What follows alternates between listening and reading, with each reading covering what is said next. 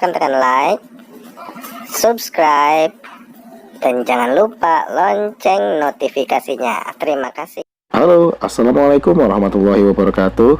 Teman-teman semuanya, pada kesempatan kali ini saya akan membahas mengenai beberapa alasan kenapa kita harus menolak paham komunis berkembang di negara kita, Indonesia.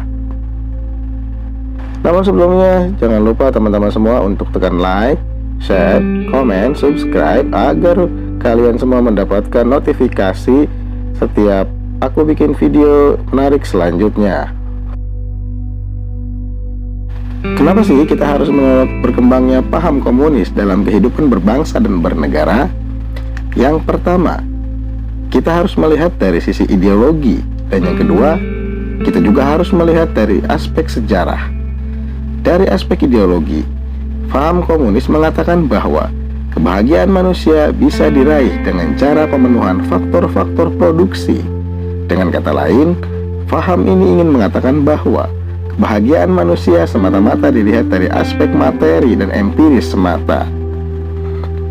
Paham ini mengenyampingkan aspek ketuhanan sebagai sumber kebahagiaan, sehingga paham komunis melihat agama sebagai potensi besar membuat manusia tidak mau berusaha atau malas bekerja.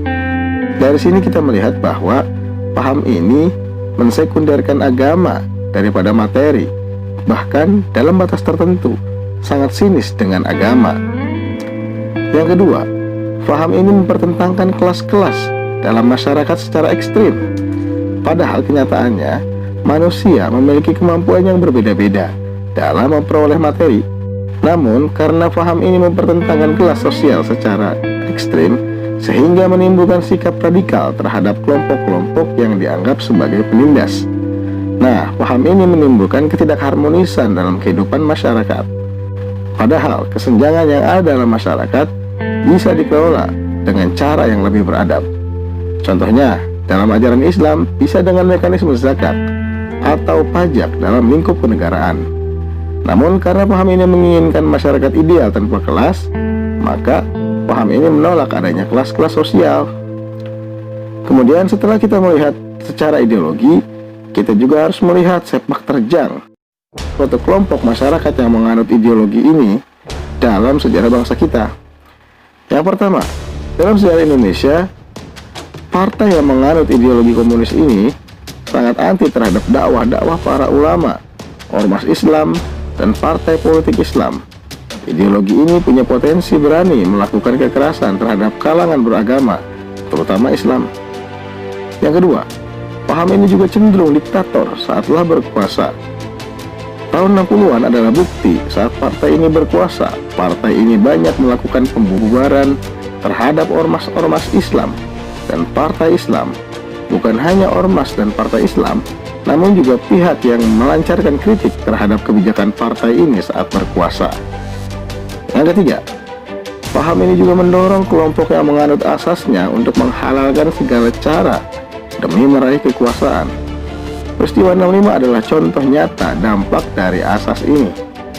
Yang keempat, paham ini membawa Indonesia dalam kehancuran ekonomi karena membawa Indonesia dalam suasana revolusioner terus-menerus terhadap lawan politiknya.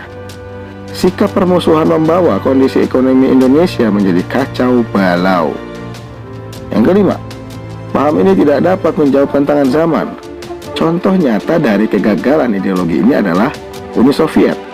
Ekonomi Uni Soviet dilanda krisis sehingga berujung pada terpecah belahnya negara tersebut menjadi beberapa bagian. Dan yang keenam, banyak terjadi kasus pelanggaran HAM, kebebasan berpendapat, kebebasan berusaha, kebebasan untuk berbeda, dan lain sebagainya. Contoh nyata adalah Korea Utara. Masyarakat Korea Utara yang menganut komunis sampai saat ini masih terkungkung dalam ideologi ini. Demikianlah alasan kenapa kita harus menolak ideologi ini berkembang di Indonesia. Semoga bermanfaat. Terima kasih.